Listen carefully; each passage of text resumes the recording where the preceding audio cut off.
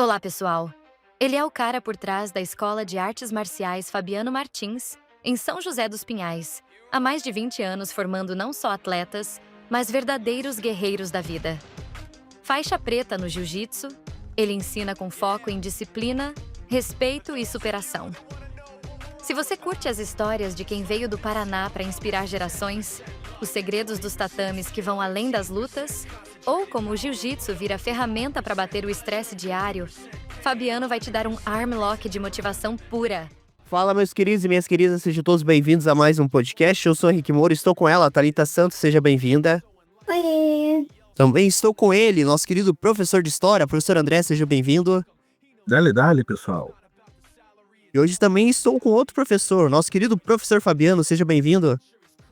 Obrigado, agradeço aí o convite. Você tem algum projeto social voltado para os jovens em situação de vulnerabilidade? Thalita, respondendo a tua pergunta. Então, quando eu, na verdade, comecei a ideia da mudança de local, isso aí foi um ponto crucial também. Porque a ideia era justamente eu conseguir conciliar a escola realmente com a questão do projeto social. Então, só para você entender mais ou menos, na época, eu criei um CNPJ, tanto que a escola hoje, o CNPJ dela é uma associação, que é justamente um CNPJ direcionado para essa situação, né, para a condição de projeto social. E eu tinha algumas pessoas até que me ajudaram, o Eduardo, que acho que até o Henrique deve conhecer, ele era nutricionista lá na academia, a esposa dele, a Josiane, advogada, e mais algumas pessoas que estavam em conjunto comigo. E nós começamos a trabalhar em cima disso, porque na época nós até estávamos buscando fazer na escola, quando iniciasse, né, os trabalhos na escola, aquela lei do incentivo do governo, né? Então a lei do incentivo do governo, ela trabalha justamente com projetos sociais, onde eles nomeiam uma empresa, né, como se fosse um apadrinhamento, né? Eles nomeiam uma empresa para que ela seja colaboradora no sentido financeiro para um projeto social, né? Então você tem alguns caminhos que você tem que seguir.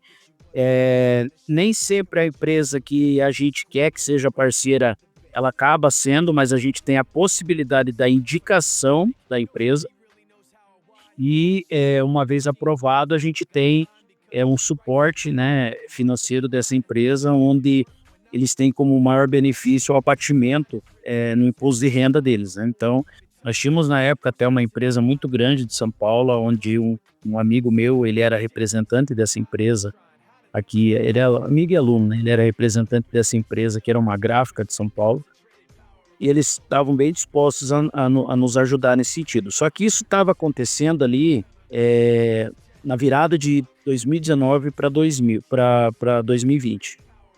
E foi um ano assim bem atípico, né? Nós em 2019 conquistamos muitos títulos ligados ao jiu-jitsu esportivo, né? Com vários expoentes, o pai inclusive do Henrique foi um dos patrocinadores na época, ajudou bastante a gente. Então a gente começou a dar início nessa tentativa, né, de desenvolver isso no início do ano de 2020, né? Então em março era a data, eles abrem assim a projeto, né, o sistema para você dar entrada nisso em março, e ele vai, se eu não me engano, até final de abril, junho, alguma coisa assim. Então a gente já tinha feito toda a parte burocrática, digamos assim, que é levantar documentação, sabe, de um monte de coisa assim, a gente foi correndo atrás, foi buscando tudo para fazer. Infelizmente, né, como todos sabem, no mês de março, quando a gente foi dar início no pontapé realmente para dar entrada com a documentação, entrou a pandemia, né? E aí com a pandemia muita coisa ficou parado, né? Então eles realmente, assim, não teve o que se fazer, e inclusive essa parte também, né, do sistema dos projetos, eles também ficaram em off, né? Então a gente acabou tendo assim como diz, uma ré, né, nas nossas expectativas ali, no que a gente tinha interesse de fazer. E aí acabou que eu não dei andamento, né, naquele momento, não tinha muito o que fazer, foram anos, né, a gente batalhando, inclusive até a criação da escola e tudo ficou parado, né, eu tive que parar de correr, até porque tanto a minha academia, na época eu não tinha escola, a minha academia fechou, né? Vocês devem saber como foi difícil aí principalmente para as academias, né? Porque não deixavam a gente abrir, funcionário precisando, então realmente foi uma loucura. A gente não tinha nem cabeça para trabalhar com isso, né? Então depois que a gente conseguiu retomar, eu precisei, em primeiro lugar, dar aquela respirada para oxigenar novamente a minha empresa, né, que era a escola e a academia. Então realmente eu deixei em off isso, e depois ali 23 a gente começou, digamos que da metade do ano de 2023 que a gente começou a ter os campeonatos novamente, a gente começou realmente a ter o volume novamente de alunos, meio que, né, a passos lentos. E em 2025, né, que foi esse ano que eu consegui realmente, aliás, 2024, que a gente conseguiu realmente voltar a mexer com isso. Só que eu voltar a dar andamento nisso, começava pela criação da escola, né, porque daí também não adiantava eu querer ter o projeto, mas eu não ter nem aonde eu atender com esse projeto, né. Então aí a gente começou novamente o que a correr atrás nisso. Por conta do próprio CNPJ ter ficado parado, ele gerou algumas irregularidades que eu tive que correr atrás de um monte de coisa para arrumar, para regularizar, né. Esse pessoal que já me dava o suporte. E aí, regularizando, em janeiro de 2024, a gente começou a procurar um local, daí encontramos até próximo da onde eu já tinha outra academia, montamos a escola, fomos estruturando, né, a escola. Hoje, em julho, ela fez 1 ano, então a gente começa a ter agora um volume de alunos. Só que em contrapartida, você vê como é que é longa essa história, e essa pergunta ela é pertinente, né. Muitos alunos que na época eles eram meus auxiliares como professores, não digo até como professor, porque tem uma regrinha ali, depois a gente explica, mas principalmente como instrutores, né. Então a gente tinha vários horários de aulas, e eu não puxava todas as aulas, né, eu tinha instrutores, instrutoras que nessa época eles me auxiliavam, né. Então a gente tinha meio que um backstep ali montado, né, pra coisa acontecer. Só que com a pandemia, a vida de muita gente mudou, né. Por exemplo, eu tenho professoras que se tornaram mãe, algumas casaram, alguns instrutores que acabaram indo embora. Sempre tem um ou outro que acaba mudando de equipe. Então, ao mesmo tempo que eu estava reestruturando toda a academia e tentando, né, trazer os alunos novamente, eu comecei a ter que trabalhar com novas pessoas e desenvolvendo novos alunos para, né, dando início à formação deles, para poder ter novas pessoas me ajudando, me auxiliando nessas aulas. Então o que que aconteceu com isso, né? Hoje eu tenho várias pessoas que, inclusive, no final do ano agora, eles vão receber a graduação de faixa roxa, que é onde oficializa realmente a pessoa como instrutor, né. Hoje eu tenho várias pessoas me ajudando, mas na graduação de faixa azul. E faixa azul ele não é considerado nem um instrutor, ele é um auxiliar. Então a partir agora do final do ano, muitos desses que eu estou, né, recomeçando o grupo, a minha equipe, vão graduar e vão começar a ser instrutores mesmo, como era lá na época, né. As meninas que eram faixa roxa, tinha um menino faixa marrom. Então eu tive que recomeçar a caminhada. Então com isso, essa parte do projeto social, que é algo que ainda vai acontecer, né, que era um sonho que eu tinha, realmente dar oportunidade. Inclusive a gente já tinha até ideia de com quantos começar, que era na faixa de 10 a 15 crianças, né, até 15 anos de idade era o objetivo, oferecendo ali, a bolsa, né, sem custo de mensalidade, oferecendo kimono, aquele suporte que a gente pudesse dar naquele determinado momento. A gente acabou tendo que deixar em off para poder reestruturar.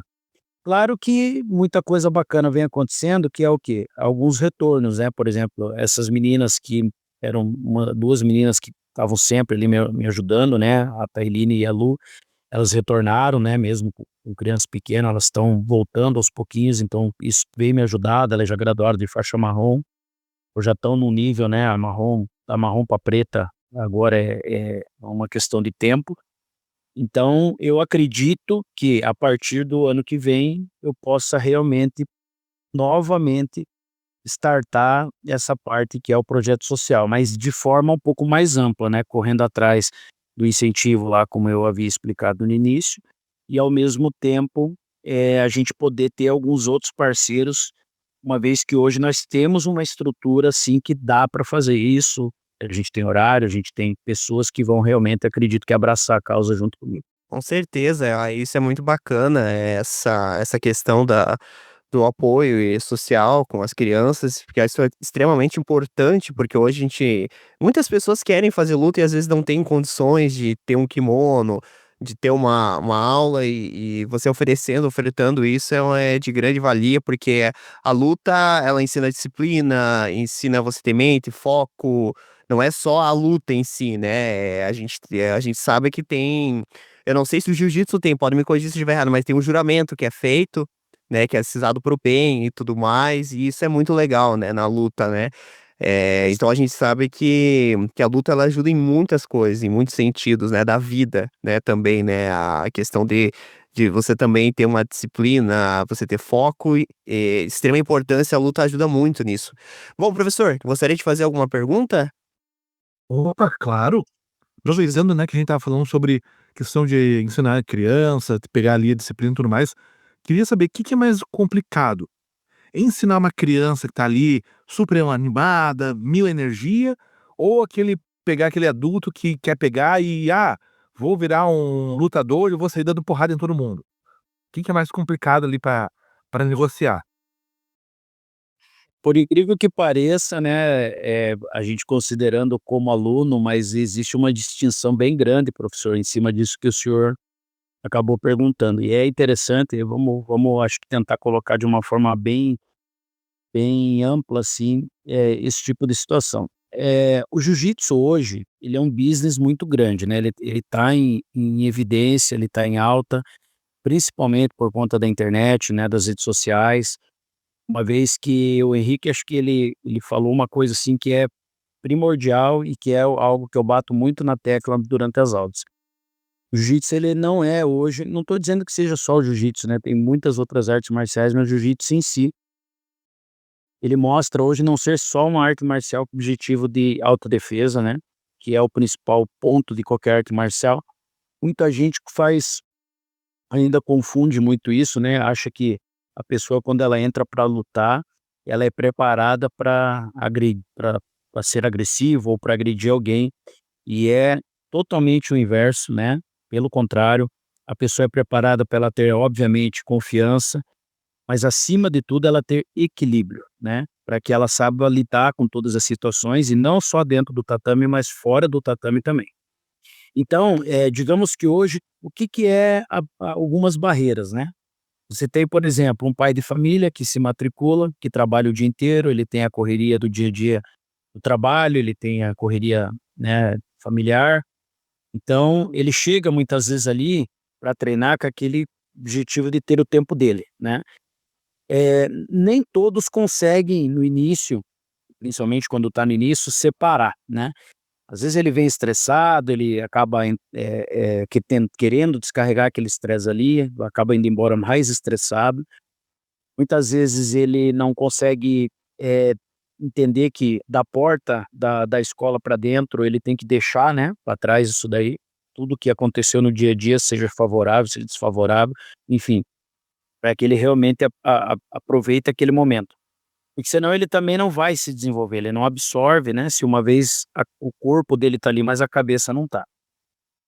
Já a criança, o que que acontece? A criança, eu sempre brinco lá com os pais, né, quando os pais vão levar as crianças lá, que é assim, a criança ela é como qualquer outro animal, nasce com muita energia, com muita disposição, eles e com aquela condição de descobrimento, de querer aprender tudo, de querer ver tudo, de querer entender tudo, né, estar num ambiente diferente, com pessoas diferentes, então assim, eles têm uma energia muito grande, porém, eles precisam, no sentido de disciplina, um cuidado muito maior, né, porque o adulto ele já tem ali aquela condição de entendimento, né. dele saber o que ele está fazendo ali, do porquê que ele está ali, é ele que se banca, né, enfim. A criança já não, né, ela é trazida até nós, muitas vezes porque o pai quer que a criança mude algumas atitudes ou tenha um comportamento diferente, ele aprenda algo diferente, sendo que muitas vezes nem eles entendem o que realmente o filho deles vão fazer lá, né. Então o que que muda? A criança em si, ela precisa aquela lapidação mais detalhada, porém com uma condição de tempo muito maior, né. Então, ela não é uma criança que, por exemplo, eu vou pegar um adulto ali, em 1 ano eu vou graduar ele, por exemplo, de faixa azul, porque ele já tem uma condição de entendimento, ele foi um cara que se desenvolveu. Isso pode acontecer com a criança, ela ser uma criança hiperativa, mas no mesmo sentido ela ter uma facilidade de aprendizado, mas isso não vai mudar ao ponto de eu graduar ela numa condição, por exemplo, como eu graduo um adulto. Não, ela vai ter que respeitar ainda assim o tempo dela. Tanto é que a graduação para criança, ela passa por muito mais faixas do que, por exemplo, o adulto, né. A criança hoje para se tornar faixa preta, vamos dizer, a partir dos 19 anos, ela vai passar lá por 5 faixas coloridas, e aí após chegar passando ali os 16 anos, ela ainda passa por mais 4. Então, diferente do adulto, né, que é considerado adulto a partir dos 16 anos ali, ele vai de branca a azul. A criança vai de branca, cinza, cinza amarela, amarela laranja, laranja verde, inclusive com algumas faixas intermediárias, que foi algo que as federações criaram agora. Então, ela tem um tempo de maturidade muito maior. Agora, qual que é talvez hoje a nossa maior dificuldade, né, que a gente tenta de alguma forma não ser, como é que eu digo assim, mal entendido, mas ao mesmo tempo a gente tem essa dificuldade. É com o pai que chega às vezes para deixar a criança lá, acaba ficando para assistir o treino, e ele acha que ele é professor. Ele acha que ele é coach, ele acha que ele, né, ele por ele ver o que eu tô falando, o que é pra criança fazer, ele ali de fora, ele começa a querer dar coordenadas e querer participar. Crianças que chegam ali, quando a gente manda tomar água, o pai quer ir lá encher a garrafa da criança, quer pegar o chinelo pra criança, a faixa desamarra: "Não, vem aqui que eu amarro". Então eles acabam não entendendo que ali o momento é da criança e nosso, como é em qualquer escola, né. Eu não sei se o senhor tem filhos ou não, mas assim, você deixa o teu filho na escola, ninguém deixa a gente entrar lá, né, pra, ficar na sala de aula, assistindo a aula com a criança ou fazendo, e ali não muda. Só que infelizmente, por a gente dar a liberdade de espaço para que os pais possam assistir a aula, existe uma interferência externa muito grande. E por incrível que pareça, muitos desses que interferem veemente, eles não querem fazer aquilo ali. Eles até gostam, mas eles não querem participar. Então eu foco muito hoje nos grupos que a gente tem ali, né, porque eu tenho um grupo dos pais, o grupo dos adultos, e em separar e deixar muito claro isso, né, cobrar a presença deles, mas fazer com que eles entendam que o jiu-jitsu vai muito além de que só fazer ali atividade física e aprender as técnicas, né, que aquilo ali tem que servir para que ele esteja bem em casa, no trabalho, que ele tenha equilíbrio. Então a gente conversa muito, né, eu sempre faço uma oratóriazinha ali para eles falando, né, sobre a minha experiência de vida, a minha trajetória, né, que não é pouca. Você vê, hoje eu tô com 14 anos, completo no final desse ano 15 anos de faixa preta, e sendo 25 anos, né, praticamente de prática, né. Então, é uma vivência muito grande. Meu trabalho na época como gestor, eu atuava muito na parte de gestão de pessoas e gestão comercial, então eu tenho uma visão além do jiu-jitsu apenas, né, muito maior. Então esse conciliamento eu acho que me dá muita experiência para lidar com essas situações, né. A gente principalmente ter resiliência de entender que a criança, ela tem que ir no seu passo a passo, né. Às vezes o pai até chega assim: "Ah, mas ele não tá me obedecendo em casa, ele não faz isso, ele não faz aquilo", e a gente procura sempre falar para eles: "Olha, ele é orientado aqui, né, ele é além do treino, a gente cobra ali boletim, a gente, cobra comportamento deles, tudo, né". Só que o que que acontece nos dias de hoje? Diferente da minha época, Hoje, quando a criança chega ali para fazer a aula dela, que é em torno de 1 hora, às vezes 1 hora e 15, essa criança muitas vezes está vindo de uma escola que ele ficou o dia inteiro. Ou ele ficou o dia inteiro na casa da avó, ou ele ficou o dia inteiro em casa, sei lá, com um irmão mais velho, ou às vezes um empregado, alguma coisa nesse sentido, e essa criança ela não faz nenhuma atividade física. Ou seja, muitas vezes ou está preso no celular, ou está no computador, ou está no videogame. Então imagine, professor, para gente em 1 hora e 15, 1 hora e 20, você, ao mesmo tempo que você vai ensinar uma técnica, você tem que fazer um trabalho lúdico, porque tem crianças de 4 anos até 15 ali dentro do tatame. Você tem que dar oportunidade de uma brincadeira para que eles façam algo que eles não fazem o dia inteiro. Um pai até deu um depoimento esses dias, pagando escola cara para a criança, e a criança não tem nenhuma atividade ficando o dia inteiro dentro da escola. É inadmissível isso, é uma coisa que, né, e é uma escola grande aqui de São José, conhecida. Então eu falei para ele assim: "Então veja, né, como é que eu vou cobrar só a técnica, ou como é que eu vou cobrar, exigir, tipo assim, fazer uma aula onde eu cobre só algumas situações que os pais vêm me pedindo, sendo que em 1 hora eu tenho que, né, deflagrar essa aula com o objetivo de atender todo mundo", que hoje, em média, para você ter uma ideia, à noite são 40 crianças aí Nossa, numa aula.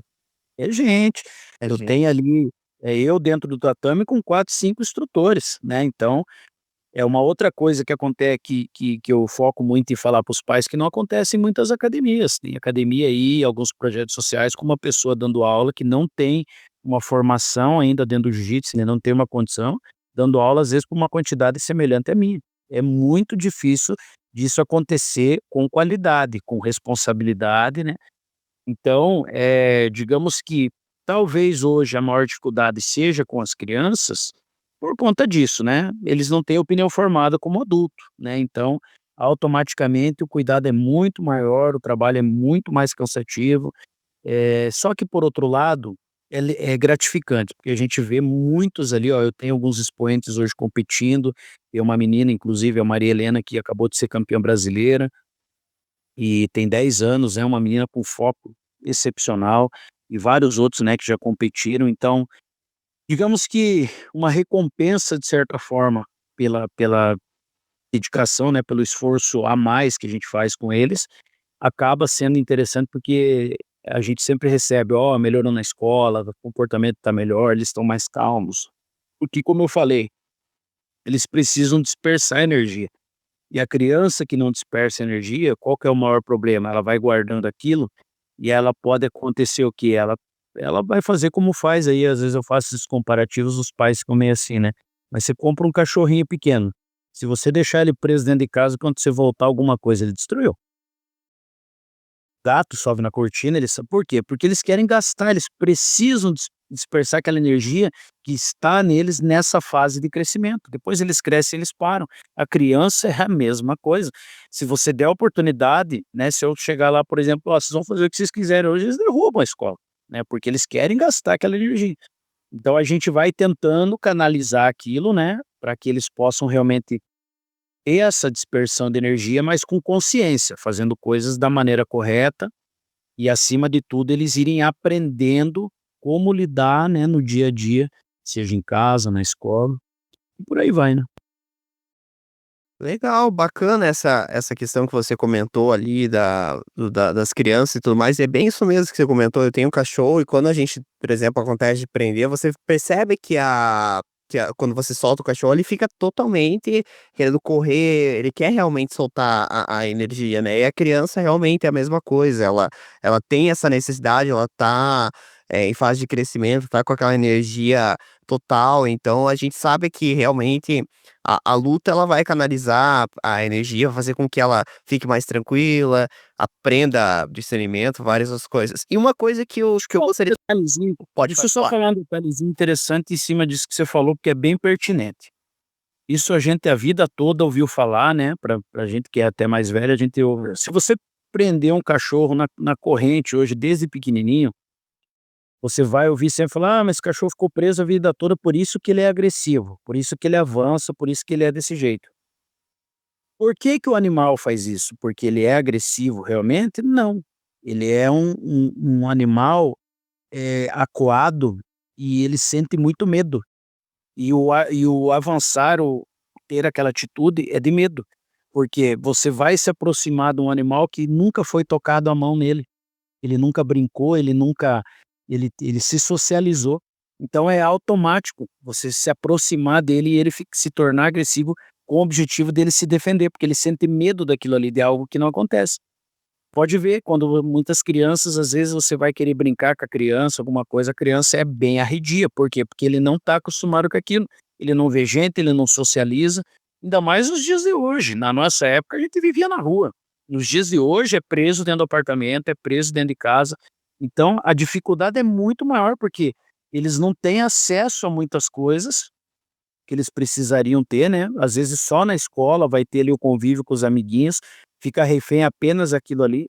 Então aquilo se torna estranho, qualquer outro ambiente, qualquer outras pessoas, outras situações que ele participe, tudo aquilo se torna ambiente estranho, né? Então, isso é uma das grandes batalhas. Tem crianças que chegam ali, que a gente tem uma dificuldade, assim, ó, às vezes vai 1 mês, 2 meses, para conseguir arrancar um aperto de mão. Você acredita nisso? Um Caramba. um oi, um boa tarde, um tchau na hora que está saindo, ele ter facilidade de chegar e conversar com as outras crianças, apertar a mão das outras crianças. Então, assim, só a gente que vive ali, convive. Eu tenho alunos, inclusive até, não sei se isso entra até dentro do contexto do que a Thalita perguntou, mas para você ter uma ideia, a gente tem ali alunos autistas, né, a gente já teve alunos com deficiência física e eu não ponho restrição a isso, pelo contrário. Eu tenho a Milena, por exemplo, que é uma menina que tá já faz uns 4, 5 anos com a gente. Essa menina, quando entrou, ela era assim, durante a aula, se tivesse muito barulho ou aquela criançada agitando ali, ela entrava em desespero, gritava, arrancava cabelo, se arranhava. Ela tinha, assim, uma condição, um autismo de um grau alto. Hoje, se eu apresentar a Milena para vocês e falar para ela: "Ó, ela vai fazer uma apresentação aqui, dando aula e mostrando algumas técnicas aqui", vocês vão dizer assim: "Não, mas não pode ser, isso aí que você me falou não é essa menina". Assim como é a Maria Helena, é a mesma história hoje competindo, e que se eu conto a história lá atrás, ninguém imagina o que é. Então você vê que tem que ter uma paciência enorme, tem que ter uma resiliência, fazer o trabalho realmente com vontade, com carinho. Muitas vezes um trabalho psicológico, muitas vezes até fora até do contexto da aula, porque a gente percebe que os próprios familiares têm essa dificuldade, eles não sabem lidar. A mãe da Milena expôs muitas vezes essa condição de ela não saber lidar com a situação. Então você vê como o negócio é bem mais amplo. Sim, sim. Essa questão também que você comentou ali, de ter dessa questão das deficiências visuais, isso é bem interessante. O aluno é autista, ele fica imaginando, e trazer ele, tirar um pouco do Francis do mundo da lua e trazer ele para uma atividade física, isso é muito bacana, é muito legal, assim. Que aí acaba que a pessoa, como eu falei, tem mais foco, a energia dela tá se concentrada em alguma coisa que vai fazer bem para ela, que a atividade física ela faz muito bem para as pessoas, isso é muito legal. Eu queria perguntar uma questão, assim, sobre o jiu-jitsu, sobre os campeonatos. A gente está acostumado eu não sou muito chegado em luta, eu acompanho muito futebol e Fórmula 1.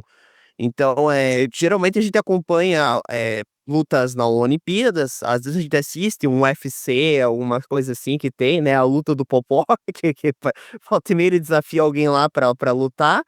Mas assim, eu não sou tão chegado, mas como é que funciona os campeonatos? Tem campeonato estadual, campeonato brasileiro, campeonato mundial, lá, eu vinha do Cobra Kai lá, do Seikai e Taikai, que eles brincavam que tinha o campeonato e tal. Como é que funciona essa questão dos campeonatos de jiu-jitsu? Na realidade as pessoas, quando a gente fala em arte marcial, no geral, as pessoas conhecem muito o judô, até porque o judô é um esporte olímpico, né, então como você mesmo falou, né, por estar nas Olimpíadas, então ele acaba se tornando um pouco mais evidente. O taekwondo, o karatê, né, que teve por um tempo também nas Olimpíadas, então eles acabam o boxe, né, o boxe, a nobre arte. Então são algumas, assim, das modalidades que acabam tendo um pouco mais de evidência, mais por conta de ter apresentação em TV aberta e o fato, né, de ser um esporte olímpico, isso acaba ajudando. O jiu-jitsu, por incrível que pareça, a história dele não é tão longa assim, falando na parte competitiva, tá? Por quê? Porque o próprio Hélio Gracie, que foi o que, né, o patriarca aí que desenvolveu, que aprendeu, né, a arte através do Conde Como, um japonês que veio para Belém do Pará e ensinou algumas pessoas, e eles acabaram sendo os percussores aí na propagação, né, realmente querer desenvolver e aperfeiçoar, e com isso se criou, né, o Brazilian Jiu-Jitsu. Antigamente, o próprio Hélio, ele fazia alguns desafios com o objetivo único e exclusivo de provar a eficiência do jiu-jitsu, provar a eficiência da arte. Tanto que ele desafiou muitas pessoas pelo mundo, judocas de várias modalidades, né, para que viessem ao Brasil e lutassem contra ele para que ele pudesse provar aquilo, né. Então por muito tempo foi isso, né, foi só esses desafios. E posteriormente, conforme os filhos deles foram crescendo, eles acabaram, meio que propagando essa mesma condição. Eles começaram também os filhos a viajarem, eles, né, saírem a outros países e desafiando pelo mundo, inclusive tem uma no passado, um desafio muito que foi feito na época, onde o Rickson Gracie, um dos filhos dele, desafiou o Mike Tyson na época, né, para uma luta, algo que não aconteceu, né, mas foi assim, uma repercussão muito grande. Depois um filho deles foi morar nos Estados Unidos, que inclusive eu não sei se muita gente ainda não sabe, né, até como você falou, não ser focado na luta, não sabem, por exemplo, que o UFC, ele foi criado por um brasileiro, ele foi criado por um dos filhos do Hélio, o filho mais velho do Hélio, Rory, ele que criou o UFC, né. E de que forma? Ele foi, na verdade, para os Estados Unidos para dar aulas, né, ele foi convidado por uma pessoa lá para dar aulas, e ele começou a ensinar o jiu-jitsu lá numa garagem, né, e depois a pessoa que levou ele para lá acabou, alugando um espaço, e ele começou a dar aula lá, e ele contou para essa pessoa sobre essa questão desses desafios, né, que eles faziam. E essa pessoa achou interessante e começaram a instigar os próprios alunos que ele tinha, que não eram muitos, a se conhecessem outros professores de outras artes, ou até mesmo praticantes de outras artes que quisessem desafiar ele, que fossem até a academia dele lá. E com isso ele começou a fazer a mesma coisa que eles faziam no Brasil, ele começou a fazer lá, né, desafiar. E o que que aconteceu? Muitas pessoas que iam lá para o desafio, que iam lá para lutar contra ele, acabavam virando alunos dele, porque ficavam fascinados com a eficiência do jiu-jitsu. Aí chegou um ponto, para você ter uma ideia, desse cara tá dando aula só para atores, para um nível, assim, de pessoas nos Estados Unidos que, né, e essa pessoa que conduziu ele, acabou apresentando ele para um outro cara que era um manager de Hollywood, e esse cara juntamente com ele desenvolveram o UFC. Eles que criaram toda essa, né, e através do UFC foi aonde o jiu-jitsu abriu as portas. Por quê? Porque quando se criou o UFC, o Rorion, né, com a visão que ele tinha, ele queria, acima de tudo, que o jiu-jitsu fosse a porta de entrada. Então ele colocou os irmãos mais novos para lutar no UFC como desafios. Então eles deram oportunidade lá, eles divulgaram nos Estados Unidos lá, por exemplo, ó, quem quiser participar desse evento, vem, dá o nome, mas o objetivo era colocar esses caras contra os irmãos dele. E na época, um dos que acabou se destacando foi o Royce, né, que era um dos mais novinhos, porque ele era franzino e era um dos mais novos, então eles, optaram por colocar ele, por até não ter tanta experiência, mas para provar realmente que, né, então colocaram vários, não tinha peso, não tinha regra, a única coisa que não podia, né, era algumas coisas lá, mas assim, era um negócio bem aberto mesmo, né.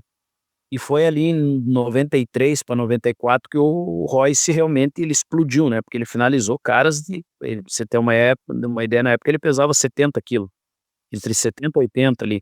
Ele ganhou de caras de 120, 130, 160 quilos, né, de outras modalidades. Então ali que o negócio, pum, né, deu aquele estouro, o jiu-jitsu começou a ser é algo com visualização, porque ele foi para a televisão, né? Não chegou aí para a TV aberta, né? Mas na época no Sport TV, em alguns canais, algumas emissoras começaram a transmitir.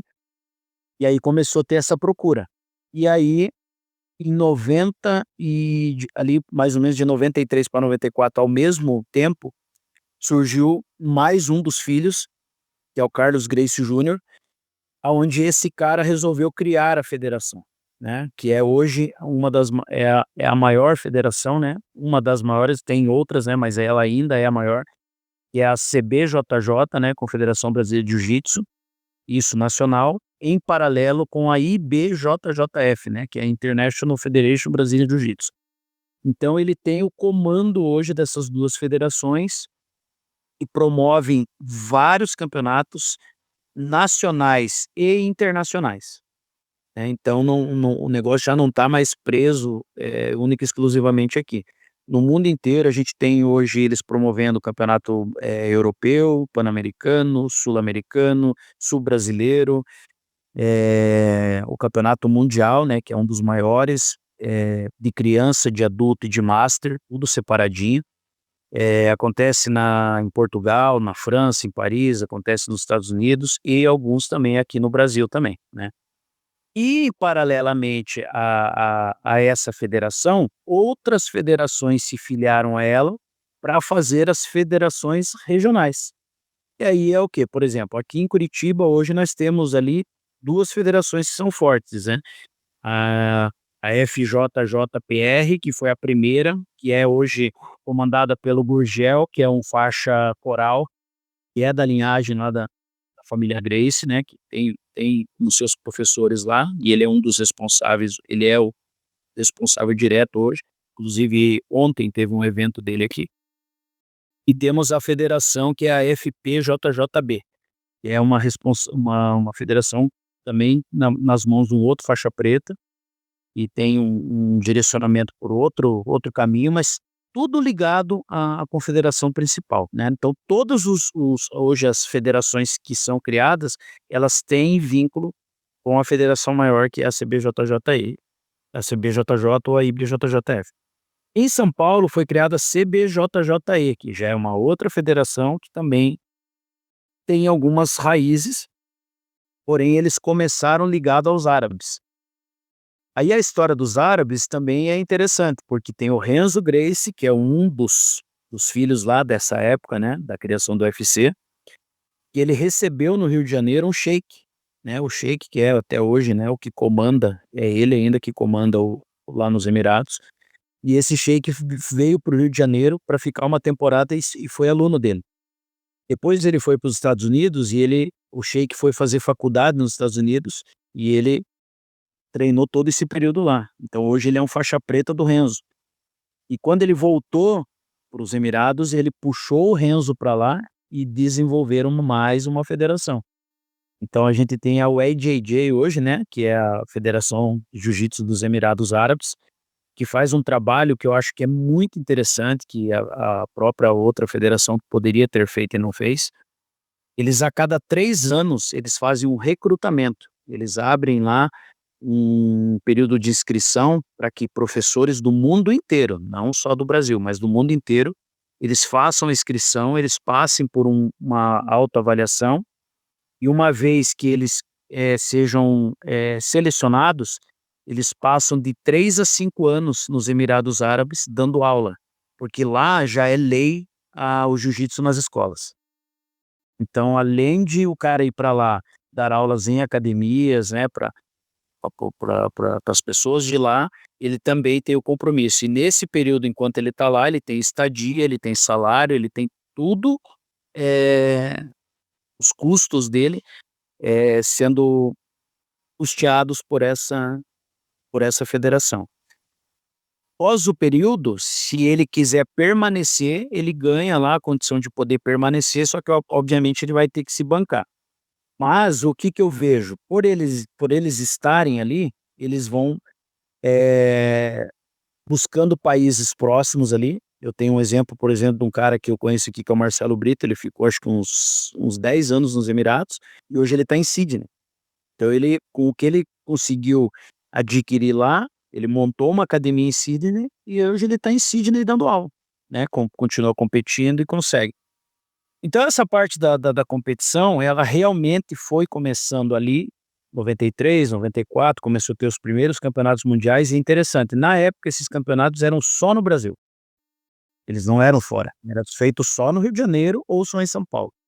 Hoje você não tem os maiores eventos dentro do Brasil, a não ser o Campeonato Brasileiro. A maioria hoje é tudo fora.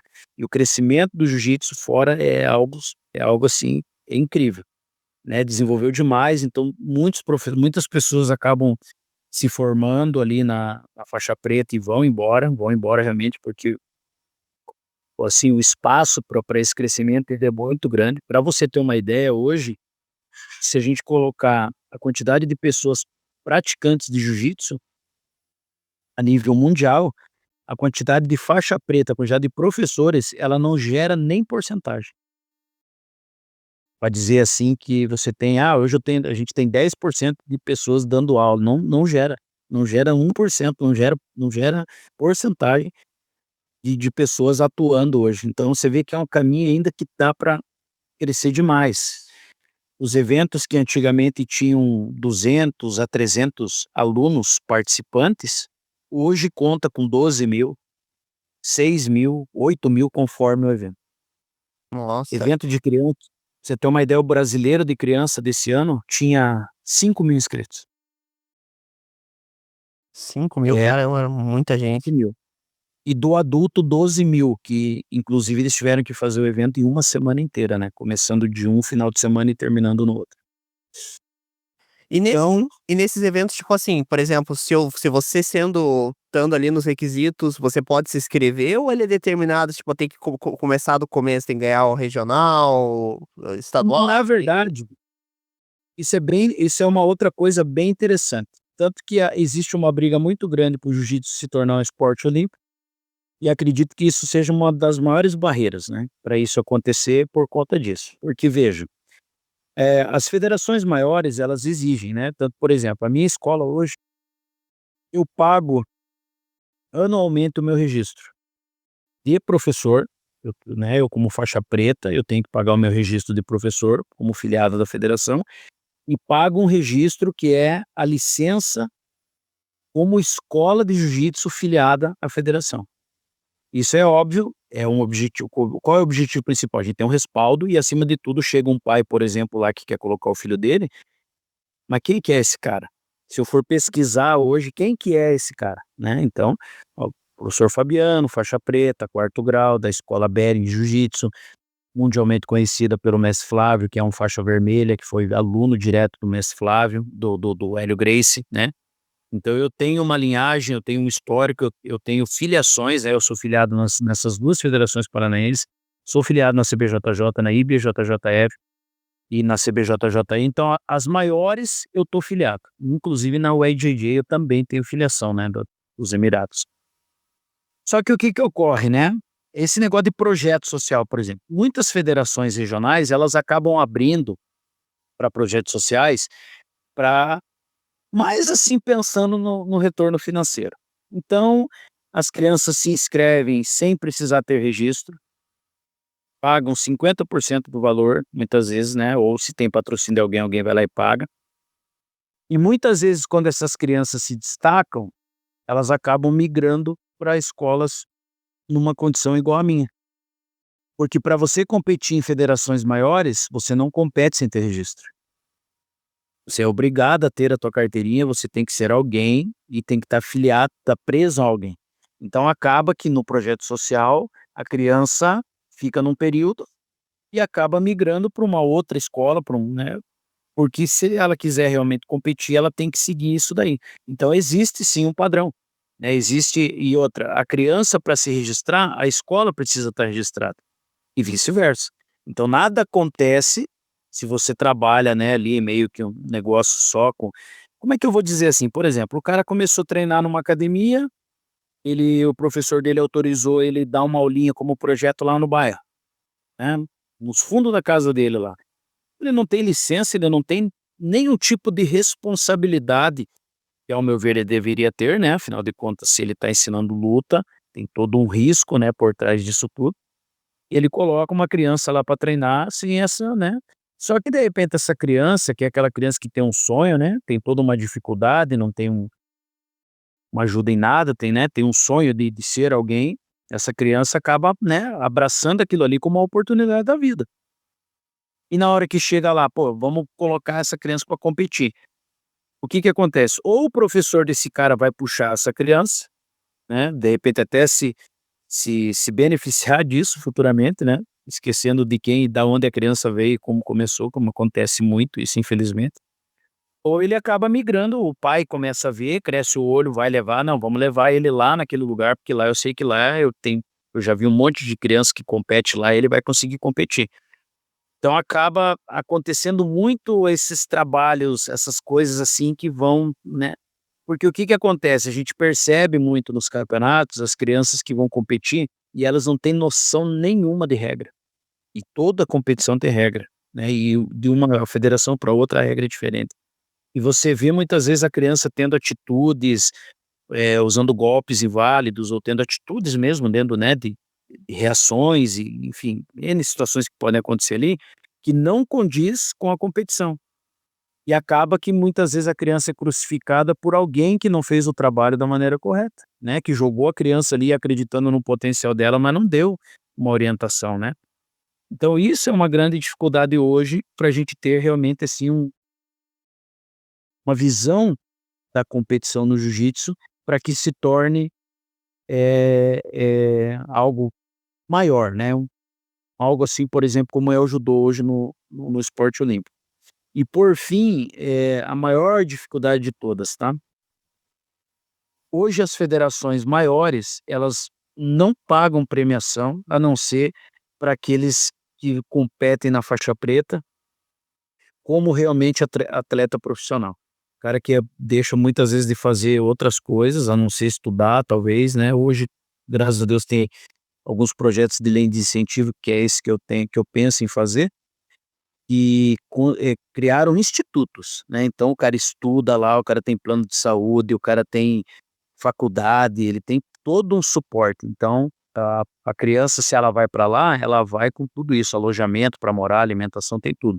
Que é o que eu quero fazer, né, eu quero ter algo realmente, assim, que eu possa dar o suporte para que eu não corra esse risco, e não é o risco, estou falando financeiro, que não é esse o meu objetivo, é de repente eu começar a desenvolver uma criança e por eu não poder dar um suporte, ela cair na mão de alguém que queira, né, fazer outras coisas, né, como a gente teve inclusive, infelizmente agora recentemente, um histórico de um cara que foi preso, porque ele se beneficiava de toda essa condição que ele oferecia para molestar as crianças. Então é algo foi terrível, tipo, né, foi para televisão, então uma coisa assim que, cara, é muito difícil. E a criança é aquela coisa, ela entra ali, ela vê a oportunidade, seja no que for, você sabe disso, né, no futebol, onde for, ela vê uma oportunidade, ela tenta, né, ela vai dar o melhor dela, às vezes não tem o talento, mas ela era esforçada, então você pode trabalhar tudo isso daí. E a competição em si, qual é, ao meu ver hoje, o principal objetivo dela? Não é nem tanto a criança ter carreira naquilo ali, mas ela é um desafio. Como é um desafio em qualquer coisa na vida da gente, né, o desafio da faculdade, o desafio de tirar carteira, o desafio do primeiro emprego. Então a competição ela cria isso, né, ela cria um desafio desde cedo, para que a criança aprenda acima de tudo lidar com a frustração, não com a vitória. E a vitória é aquela coisa, né, "Ah pai, eu quero aquela bola", tá. "Ah pai, eu quero aquela bicicleta", tá. Onde é que tá a aquela dificuldade para ter conquistado aquilo? Né, se o pai deu tudo, se tudo chegou fácil, o vô deu, o tio deu. Ali não, ele entrou para lutar é ele pode ter tido todo o treinamento, mas na hora que ele botar o pé lá dentro, eu não entro junto, eu não luto junto, é ele. Se ele ganhar, ótimo, esforço, dedicação, mas ele vai passar perrengue para isso acontecer. E se ele perder, ele vai chorar, ele vai e aquela frustração é dele. A gente vai acolher, vai explicar, né, vamos treinar mais, você melhora tudo, mas assim, é uma frustração que a gente não tem como tirar, né, porque ele passou por aquele processo. Então eu vejo isso ajudar a criança de uma maneira, assim, grandiosa, porque ela se torna autoconfiante, ela não é A gente vê muito hoje aí, né, o pessoal falar: "Pô, o cara brigou lá com o chefe lá, volta pra casa chorando, ou vai chorar para o pai ou pra mãe, adulto já". Por quê? Porque ele sempre foi aquela condição acuada, né, ela nunca passou por dificuldade, nunca passou por perrengue, né, de alguém confrontar mesmo e fazer com que você, pô, dê um passo para trás ou então eu acho que a competição do jiu-jitsu ela é muito efetiva nesse sentido. Mas o que eu ia dizer ali atrás era no sentido seguinte: não se paga nada. E as inscrições a cada dia estão mais caras, né. Tem criança hoje que para competir tem que o pai, ou se não tiver um patrocinador, ele desembolsa só de inscrição R$ 200. Se for pensar em deslocamento, né, porque às vezes a competição é fora daqui, se você pensar em estadia, alimentação, tudo, tem eventos que eu vou, por exemplo, com a Helena, né, que a Helena compete praticamente para tudo quanto é lugar. Tem eventos que a gente gasta num evento de final de semana R$ 1.500. Se você não tem um patrocínio, você tá morto, porque não tem retorno. Ela é campeã, ela ganha uma medalha. Só que o que que eu vejo? É o pai e a mãe com esse pensamento, né. Pô, estamos desenvolvendo a menina da melhor maneira possível pelo lado, né, do desafio pelo lado da determinação, do equilíbrio, do aprendizado, do ambiente, de tudo. Então o pai acaba fazendo esse esforço, né, a mãe corre atrás de patrocínio constantemente, a gente tenta achar, mas isso é, assim, Henrique, é uma minoria, né, Henrique, o pessoal é uma minoria. Nem todo mundo tem essa oportunidade, né, por conta de custo, por conta de compromisso que os pais têm. Então é uma coisa que eu acho que poderia ser diferente, né, as federações poderiam pensar de uma maneira diferente, pô, dar uma premiação, ou foi campeão no próximo evento você não paga a tua inscrição, porque, cara, pense, você num universo de 12.000 que competem, você vai ter, vamos por exemplo, você vai ter 4.000 campeão. Então será que é tão difícil, se você receber de 12.000 pessoas, você pagar uma premiação para 4.000? E os outros 8.000 que competiram? Você tá entendendo? Então não é difícil, só que os caras não olham ainda por essa condição. Eles dão a medalha e acho que, né, sem contar que eles não arrecadam só com isso, com inscrição, né. Eles têm a mídia que compra o evento deles hoje para transmitir, eles têm a parte de refeição que eles vendem e tudo tá conectado neles, né. O cara quer, por exemplo, ser fotógrafo no evento, ele tem que pagar. Então tudo eles ganham, né. E infelizmente não dão esse suporte, então a gente espera que futuramente, se a gente quiser realmente que o jiu-jitsu como na parte competitiva ele tenha uma visão melhor, uma visão bacana, ele vai ter que mudar. Porque hoje você vê o quê? A maioria dos competidores aí que se destacam, eles acabam migrando para o UFC, eles acabam migrando para eventos hoje privados, né? Os Estados Unidos faz muito evento hoje privado de grappling, né? Que é a luta agarrada. E a gente vê esses expoentes tudo indo atrás disso daí, porque é o que paga. Hoje o maior campeonato, que é o mundial de jiu-jitsu hoje, ele paga US$ 15.000 para o campeão. Nossa. A trajetória de uma criança hoje, até chegar ao patamar de conseguir competir e ser campeão para ganhar esses US$ 15.000, você não vai ser 1% do que ele gastou nesse período que ele se preparou, né. Então eu acho que é uma coisa interessante de comentar, né, de frisar, porque muita gente acha que às vezes a coisa é né, você pega algumas modalidades aí, judô, algumas por mais que não sejam às vezes oficiais, pagam premiação, coisa que a gente não tem infelizmente aí na maioria dos eventos. Não, e você comentou dessa questão da premiação, se você pegar a premiação, por exemplo, do UFC, pegar agora a luta vamos pegar, por exemplo, a luta do Bambam, olha quantos milhões que foram, né. E aí uma competição que deveria dar um incentivo, não tem premiação, só ganha medalha ali. Claro que vai ganhar o reconhecimento, a lembrança também, que é um ponto muito importante, né, ter ganhado a primeira competição, mas o incentivo mesmo não é dado. Aí, como você falou, acaba migrando para evento como o UFC, que são eventos diferentes e tal, né, que, pra participar ali, né, que tem premiações gigantescas, né, que a gente sabe que luta nesse, né, já o UFC acredito que tem uma remuneração para quem ganha bem alta, né, então, A gente vê os lutadores ali, dando a vida, porque sabe que a premiação é alta, mas realmente o esporte ele acaba ficando à mercê disso, né, não tem um incentivo para que vocês possam se profissionalizar e virar um lutador e querer Ó, seguir, você não. um exemplo é a luta de ontem do Charles, né. A gente olha hoje o Charlinho ali, eu conheci ele pessoalmente lá na trajetória dele lá no início, pô, o pai dele deixava de pagar a conta de água, de luz pra pagar a inscrição de campeonato do cara. Sim. Poder levar ele, fazer a mãe dele fazia marmita de pra ele, de polenta, de coisa pra ele poder comer na estrada e comer nos eventos lá. Então você vê, se você buscar lá atrás, todo o esforço que é feito para o cara poder chegar, cara, mais da metade, às vezes, do que ele ganha, ele praticamente ele vai devolver lá atrás, em cima de tudo que ele teve, os gastos que ele teve, porque realmente o negócio não é tão simples quanto parece. O custo, as despesas, tudo para você chegar, o esforço é muito grande.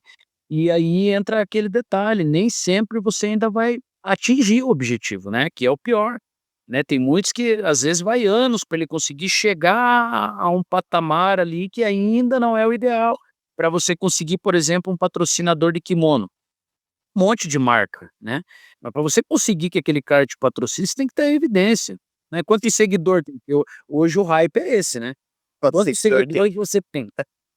Se você não tem seguidor, você não é ninguém, né, Sim. você não tá nem sendo visto, como é que o cara vai olhar assim, como é que eles vão ver a minha marca? Se nem o cara tá sendo visto, né. Então ele vai ter que batalhar, assim, consideravelmente para ele ter realmente ele abrir o espaço dele, para ir lá na frente, ele entender que quando começar a ter esse apoio, começar realmente ele aí é a hora que começa um esforço triplicado.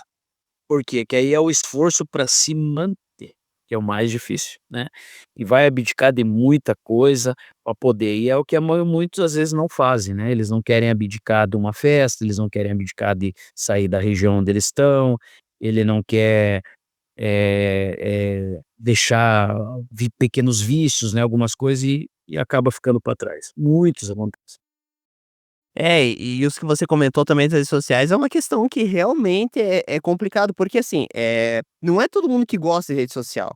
A gente tem que saber que tem muita gente que não é antenada em rede social, né. Eu crio conteúdo pra internet, mas eu não gosto de toda hora ficar postando coisa em rede social.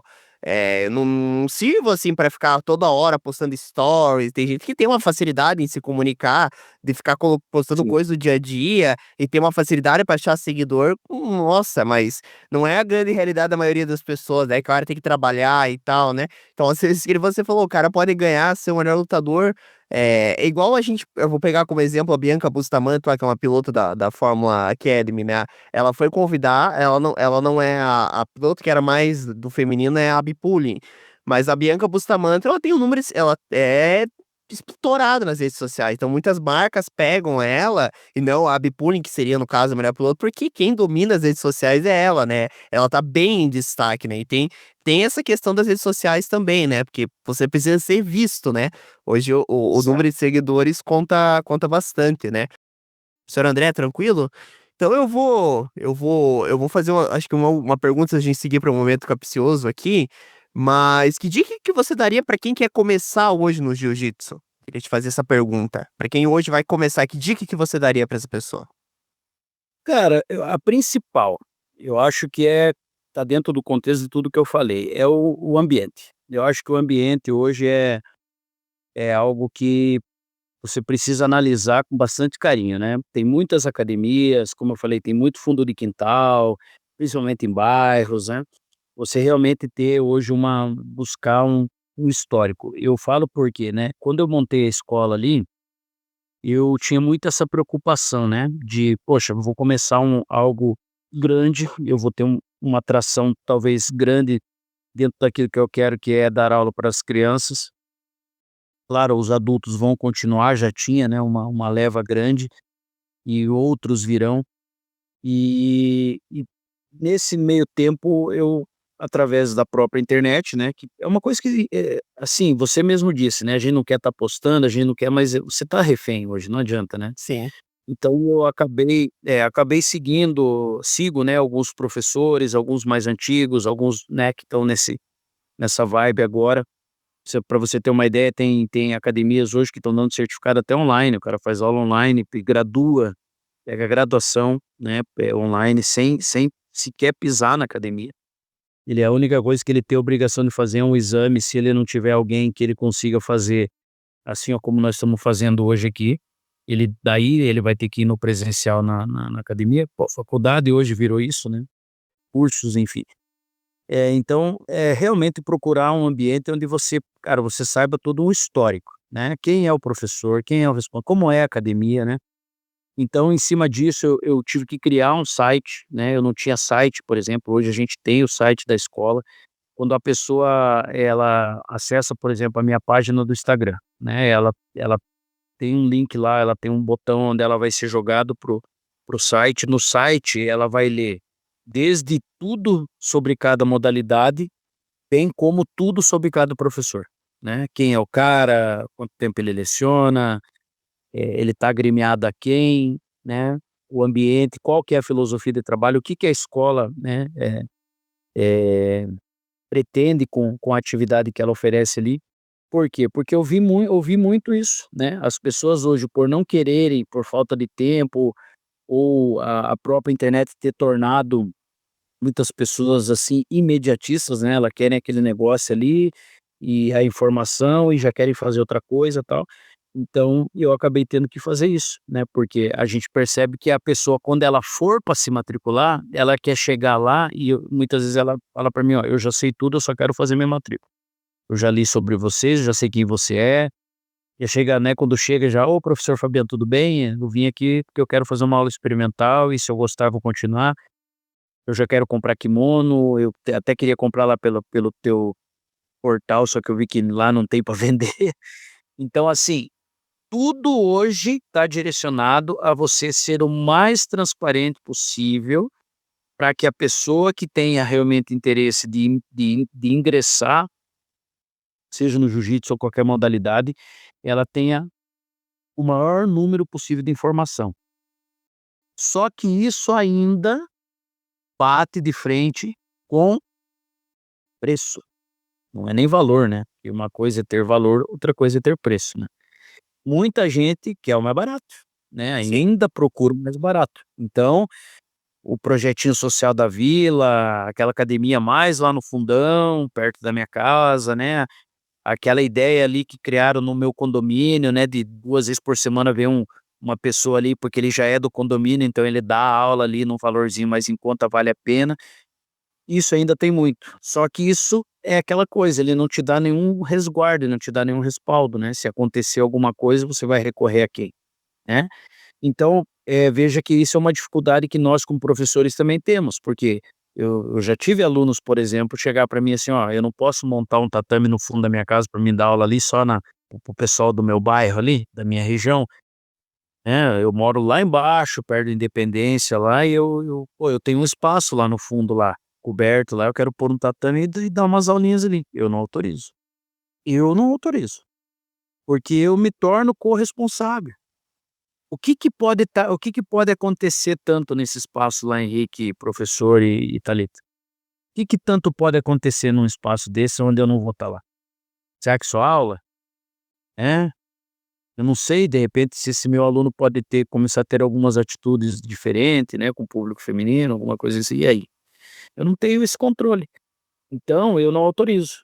Você quer ter um negócio, você quer ser um associado, cara, você vai montar uma academia, você vai, né, uma estrutura que eu aprove, ou você vai dar aula num lugar, onde seja um lugar, né, "Ó, mestre, me deram oportunidade lá naquela academia tal, o que que o senhor acha?". "Não, vamos lá, vamos conversar com o pessoal, vamos, né, mostrar quem nós somos, tudo, e aí a gente pode começar realmente a fazer um trabalho". Então a dica que eu dou sempre é essa, né. Você quer comer num lugar bacana? Busque indicação, procure saber, né, como são as refeições naquele lugar, como é o Moro. Você quer fazer uma escolinha de futebol? Procure alguma que seja filiada a um clube, né, Atlético, a escolinha do Coxa, a escolinha do Atlético, mas isso também não é uma garantia de nada, procure saber quem está ali, quem realmente, né. E no jiu-jitsu não é diferente. Procure saber quem é a pessoa que está à frente, acima de tudo, daquilo ali. Por mais que, de repente, você não vá ter aula diretamente com ele. Eu tenho, por exemplo, horários lá para iniciantes, e não sou eu que dou aula. Mas, pô, tem um respaldo, né? Tem eu por trás ali do comando e as pessoas que trabalham comigo sabem como tem que funcionar, né? Como é que a banda toca. Então, eu acho que o principal, assim, que eu diria para as pessoas que querem ingressar é realmente procurar, em primeiro lugar, esse ambiente. E, claro, dar tempo ao tempo. Uma coisa que eu sempre falo, o jiu-jitsu você não vai aprender da noite para o dia. Eu acredito que não é só o jiu-jitsu, muita coisa, né, mas dentro desse universo imediatista, as pessoas às vezes com 1 mês, 2 meses, eles já acham que eles precisam estar numa condição assim, né, e muitas vezes não acontece, porque isso é uma particularidade, né, muito individual. Às vezes o professor vai lá treinar, pô, o cara é um fenômeno. Você vai lá, de repente, já tem um pouco mais de dificuldade. A Thalita vai lá, demonstra até uma condição para ser uma competidora. Cada um é de um jeito, né. Vocês podem entrar, às vezes, os 3 ao mesmo tempo, e na hora de um determinado período eu possa estar graduando um de vocês antes. Por quê? Porque é uma coisa muito individual. E isso acontece principalmente os pais, né. Tem pai que chega lá: "Pô, mas parece que meu filho não está aprendendo nada, né. Não aprende nenhuma, não vejo ele fazer nenhum golpe, não sei o quê". Só que ele não olha que o filho dele tá mais calmo, que o filho dele aprendeu a fazer alongamento, que o filho dele chega na beira do tatame e cumprimenta para entrar, cumprimenta para sair, amarra a faixa sozinho, respeita os coleguinhas, eh, sabe, pequenas coisas que nunca fez, nunca teve essas atitudes e de repente começa a ter. E para o pai ele acha o seguinte: "Não, ele sabe um golpe, então ele não tá aprendendo nada". Sabe, uma visão muito fechada e ao mesmo tempo aquela vontade de ver a coisa acontecer da noite para o dia. E não é assim, né, tudo na vida determina tempo, senão a faculdade era 1 ano, estudar era 2 anos, tudo determina tempo para que você crie realmente um vínculo, você, né, e aí você, nesse período, você vai conseguir ver se aquele ambiente é o ambiente que você se sente bem, se as pessoas que são daquele ambiente são as pessoas que, né, às vezes você tem um professor top, né, você fala: "Cara, meu professor é muito bom", mas pô, a turma lá, cara, eu não consigo, as meninas são tudo metida, não conversa com a gente, pô, a rapaziada só quer saber de esfregar a gente lá e, né, um bolinha, conversinha, e isso, nossa, tem muito lugar que é assim, né, eu conto muito para os meus alunos de ambientes que eu já tive, eu treinei, tem muitos lugares que são dessa forma.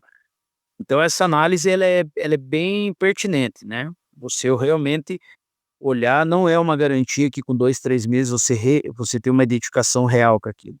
Mas se o ambiente é bacana, se ele segue, né, que é o que eu falo ali para os meus alunos, uma positividade, né, para que o ambiente realmente seja um negócio que quando a pessoa chega e fala: "Pô, que legal, né, que lugar bacana, né".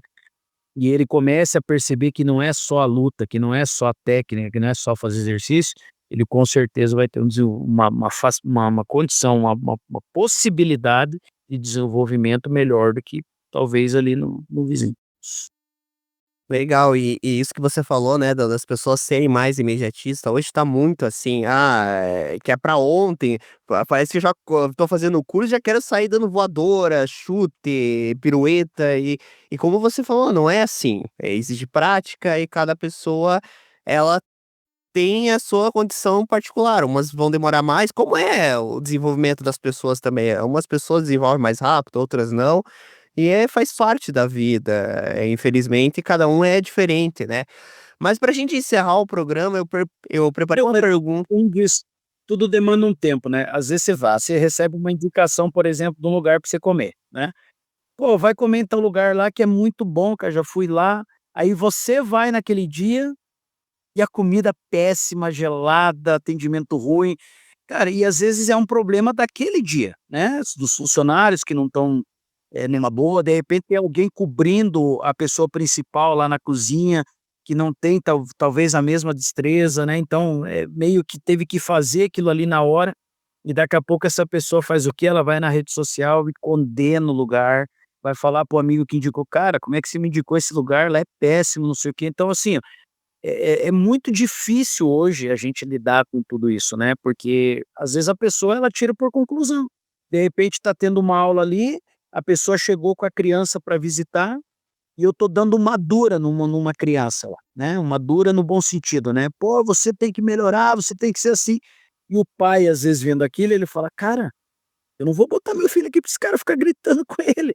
Pô, Sim. é o tipo do cara falando que a criança, tudo ele pode criar uma visão daquilo que não é, né, mas baseado em cima do que ele acabou vendo ali naquele momento. Então ele nem se deu a oportunidade de entender, às vezes, o contexto do negócio, mas ele vai julgar pela capa, né. Então é complicado isso. Não, é exatamente isso, é um dia, um erro, e que nem a gente fala, na hora de julgar os erros, tá todo mundo ali, né, os acertos que é mais complicado, né, e bem isso mesmo que você comentou.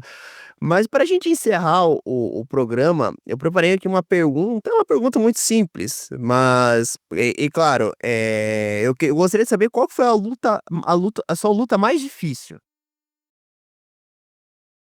Cara, assim, eu nunca fui, isso é uma coisa bacana até de falar, né, porque eu falo muito isso para os alunos, né. Eu não a competição em si, hoje na minha escola, ela representa 1%. Eu não foco na competição, apesar de ter tido muitos competidores, muitos bons resultados, eu nunca tive sou um coach conhecido na região, né, inclusive eu vou lutar, já lutei alguns eventos, vou lutar agora dia 29 de novembro, inclusive um evento privado aqui em Curitiba, aqui em São José dos Pinhais, né, já deixo até o convite para vocês aí, que é o CWB Black Belt, eles têm até um Instagram divulgando esse evento.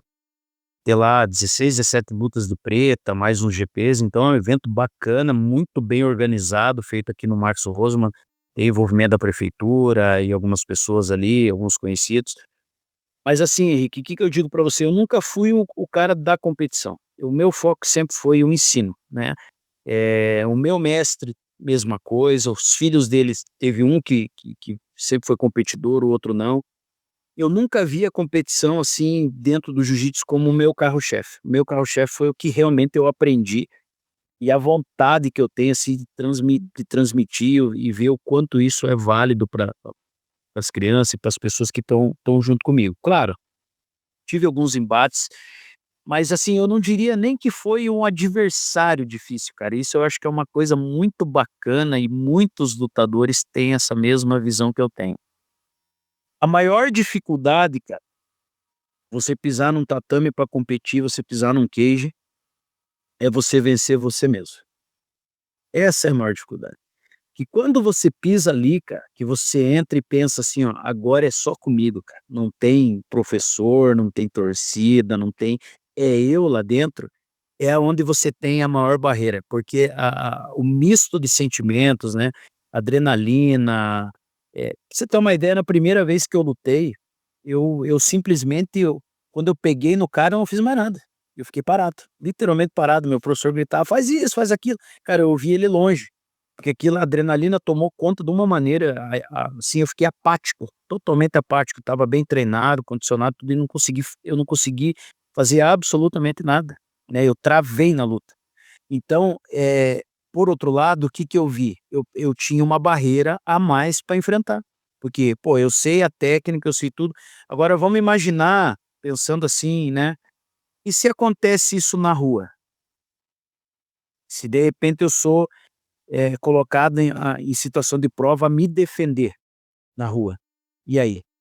Então eu pensei justamente isso, como é que eu lido com isso? Como é que eu vou lidar com essa condição? Eu tenho todo um conhecimento, eu sou uma arma praticamente, né, e eu não só que eu não tenho atitude de utilizar. Eu até brinco com os meus alunos, eu falo assim: "Se eu sei e não uso, eu não sei", né. É o que é uma frase que eu falo sempre para eles. Então eu acho que a maior batalha é essa, né, porque você, vence uma luta, vence 2, perde a terceira, ganha a quarta, porque, cara, vai sempre aparecer um que é melhor que a gente, né. Você pode ver no UFC, o cara ganha, ganha, ganha, daqui a pouco ele perde, né. Então a maior dificuldade, eu acho que a luta maior é vencer a si mesmo, né, é você entender, cara, que o que você tem em mãos, eu fico imaginando, assim, eu imaginava muito, né, pô, o cara que fala que quer ser médico, beleza, né, ele se forma, ele estuda pra caramba, ele se especializa, mas e como é que é passar o bisturi numa pessoa? Como é que é você chegar numa sala ali e ter que cortar uma pessoa? E abrir uma pessoa. Isso é morte, né, e saber que se você Você tá fizer cagada, você vai você já agindo uma pessoa sim.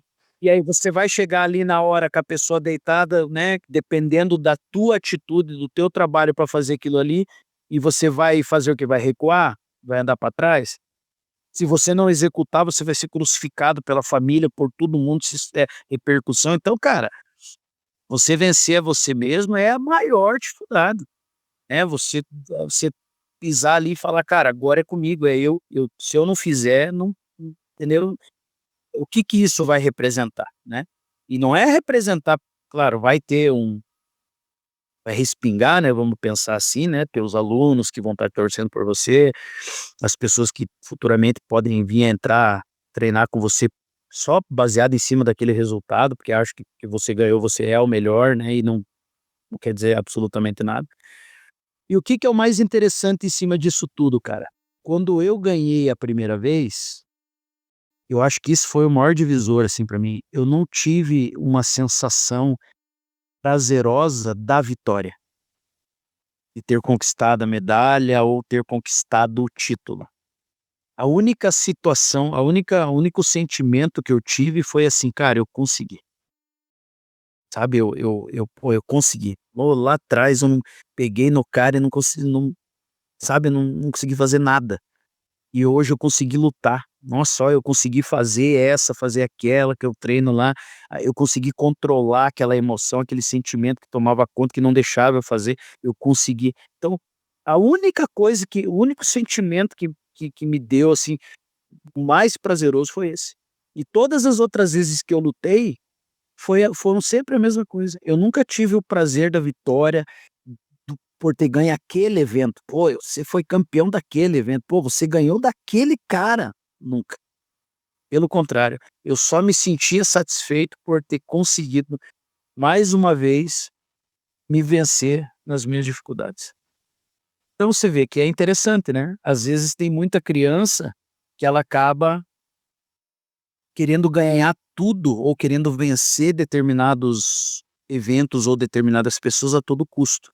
E ela esquece que ela precisa primeiro vencer a ela, vencer a condição dela, para aí ela se tornar, e isso vai acontecer naturalmente. Eu falo hoje para Helena: "Helena, você tem que entrar para lutar com o objetivo único e exclusivamente de performar. Você tem que chegar lá dentro e lutar. Não interessa se é o fulano, se é o beltrano, se é esse campeonato, se é aquele. Não interessa se você vai fazer uma, 2 ou 3 lutas. O que importa é que você botou o pé lá dentro, você precisa performar. A tua maior vitória é você conseguir fazer o que você aprendeu lá dentro. Essa é a tua maior vitória. O restante é consequência. A medalha é consequência. Eu não quero o meu nome lá, eu quero o teu. Eu não quero um centavo do que você ganhar, eu quero que você use esse valor para retribuir, sei lá, a tua família, a você mesmo, ou futuramente se você vai ser uma professora, não sei. Mas entenda isso. A maior recompensa é você conseguir subir lá e performar. Você poder mostrar para o mundo que você aprendeu, que você realmente entendeu. Você salvar vidas, né, vamos pegar ali o lado que eu usei do médio, é você provar que você foi o quê? Um excelente aluno, foi um cara que aprendeu e que venceu acima de tudo. Na hora que te botaram à prova, você foi lá e: "Ó, não, deixa comigo que eu vou lá e vou fazer". E aí vai depender muito do que como é que você vai lidar futuramente com isso, que é o mais importante. Quando você virar uma estrela, o que que você vai virar? Um babaca metido, um cara que, né, pô, eu sou o cara, né, que eu sou imbatível, eu sou isso, aquilo, ou você vai olhar pelo lá para trás, né, sem a borrachinha no calcanhar, apagando o teu passado, e usar aquilo ali a teu favor para futuramente você ser um exemplo para outras pessoas. E então eu acho que é isso, a minha maior batalha é cada dia tentar ser um exemplo melhor para os meus alunos, né, na minha casa, nas pessoas que estão ao meu redor. E muitas coisas que eu falo, isso eu gosto de frisar bastante, eu nunca trabalhei com achismo. Se um aluno meu, alguém chegar para mim e perguntar: "Ô professor, mas e nessa situação, o que que o senhor acha?" Não, eu não acho. Isso aí eu sei. Eu já fiz isso daí e deu errado. Já passei, ó, lá atrás eu fiz exatamente, deu tudo errado. Então não faça. Faça por aqui. Ó, eu já passei por isso e eu fiz isso daqui e isso aqui dá certo. Faz desse jeito aqui que é Então, é a minha vivência hoje, em todos os aspectos, vida pessoal, vida profissional, né? É, ela é o meu booking, assim, para propagar aí o que eu tenho realmente como meta de vida, né? Eu acho que se a gente não transfere como professor de história, né? Se ele não consegue propagar, usando o conhecimento dele, a área que ele atua, para que uma criança e seja um adulto, seja, né, ele conseguir pegar alguma coisa dali e transformar a vida de alguém, eu acho que a gente está aqui só ocupando espaço, né. Então eu não vejo dessa forma, eu olho diferente. Eu acho que se você tem, seja o conhecimento que for, você tem que transmitir, você tem que levar isso para alguém. Então, respondendo, acho que bem, né, legal aí a tua pergunta, eu acho que o meu maior adversário realmente, fui eu mesmo, né. Não coloco nada, nenhum campeonato, nenhum evento, assim, como algo, assim, que foi difícil. Legal, mas bem isso que você comentou mesmo, né, a gente ser a gente mesmo, acho que isso é algo assim, quando a gente vence um medo, uma frustração, uma questão que é interna nossa, é sempre um motivo de vitória pra gente, né. Bom, antes de encerrar, Thalita e André, tranquilos? Querem fazer alguma última pergunta? Sossegado, Thalita? Bom, então, hoje estendemos um pouquinho mais, mas obrigado, Fabiano, por participar do Nossa, nosso até podcast. perdão. Não, capaz, capaz, foi muito legal. Também de troca de experiência, né. Você Sim. comentou algo lá no início que eu achei bem pertinente, é a luta do Popó. Cara, o Popó, ele é um cara humilde, é um cara que veio lá de baixo, é um cara que, tipo, batalhou a vida toda para conquistar, né. A Thalita, talvez pela idade, você, não digo eu e o professor que somos eu, né, sou lá da época de eu vi o Popó no início, né. É um cara que tem uma história de vida fodida, cara, que teve que correr muito, né, que sabe.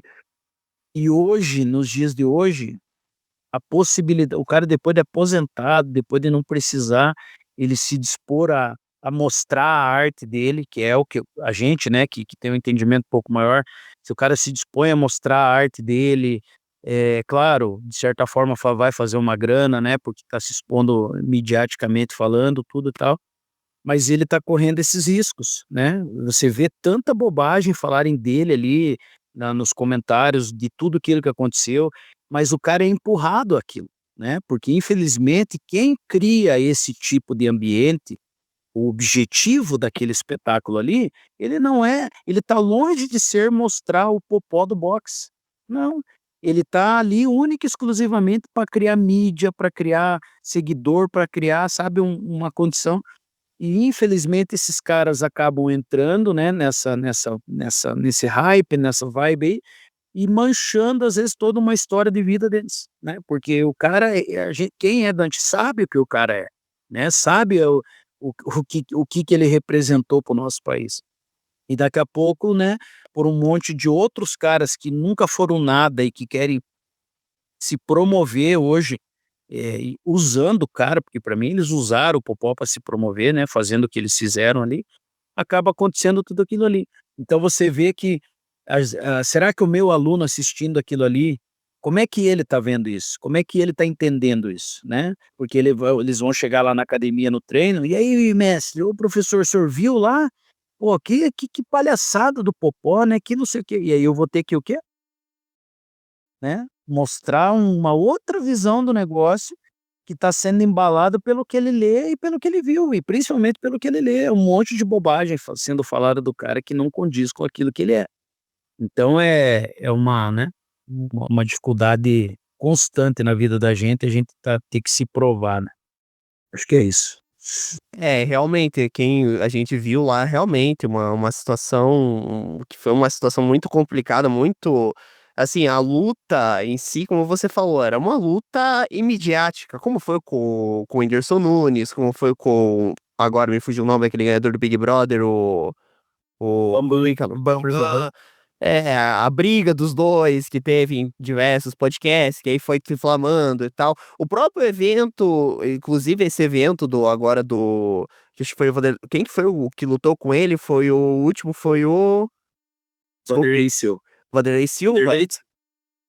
Vanderlei Silva teve 2 campeões de boxe que lutaram, né. Que inclusive ninguém nem deu bola pra essa luta, que inclusive foi uma das lutas ali bem legais que Pra teve, e pra você não ver que bate com o que eu acabei de falar. O objetivo não é mostrar a arte ali, que era o boxe, que é mostrar o que o Popó, o potencial que o cara tem na idade que ele tem. Pelo contrário, os caras querem. Tanto que assim, ó, eu vi muitos comentários dos caras falando assim, ó, o melhor da noite foi o quebra-pau. Olha, exatamente. olha, olha que visão que as pessoas estão tendo da coisa, né?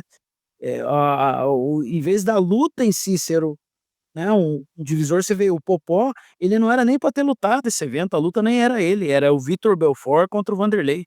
E o Popó acabou se disponibilizando para ajudar o evento, né, pelo nome que ele tem e tudo, enfrentando um cara muito maior do que ele em estatura, em peso, né, sabendo do risco que ele corria, ele foi lá e botou o nome dele, né, salvou o evento dos caras. E aí, o que que os caras fazem? Pô, aí eu fico imaginando, aí se fosse realmente o Vanderlei e o Vitor, né, que existe realmente uma rivalidade, que existe toda uma história lá atrás, cara, os caras, eles iam quebrar o evento inteiro, né? Era o que estava mais propício a acontecer, sendo haja visto o que aconteceu com um cara que, pô, só botou o nome ali com o objetivo de salvar o evento, de fazer o que ele fez, enfim, é complicado, bem difícil isso aí. É uma situação bem complicada, né, mas é isso que você falou, né, é exatamente isso. Bom, eu queria agradecer você, Fabiano, por você ter participado do nosso podcast, foi muito legal, eu fico muito feliz de você ter participado aqui com a gente. Queria agradecer também o André e a Thalita por estarem aqui me ajudando nesse bate-papo, fico muito feliz. Bom, gente, fazer um convite, próximo episódio vai ser na quinta-feira às 8h30, a gente vai estar aqui com a Bruna, que trabalha na RIC TV, para falar justamente sobre um assunto que a Thalita gosta bastante, que é ela cuida da parte, digamos, mais de famosa ali e tudo mais, vai falar sobre o K-pop, né? Que vai ser também um papo bem legal, bem interessante, tirando dúvidas e tudo mais.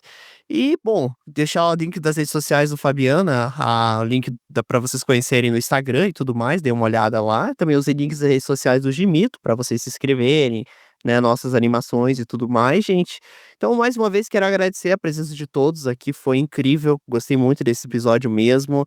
E é isso, gente. A gente vai ficando por aqui e até a próxima.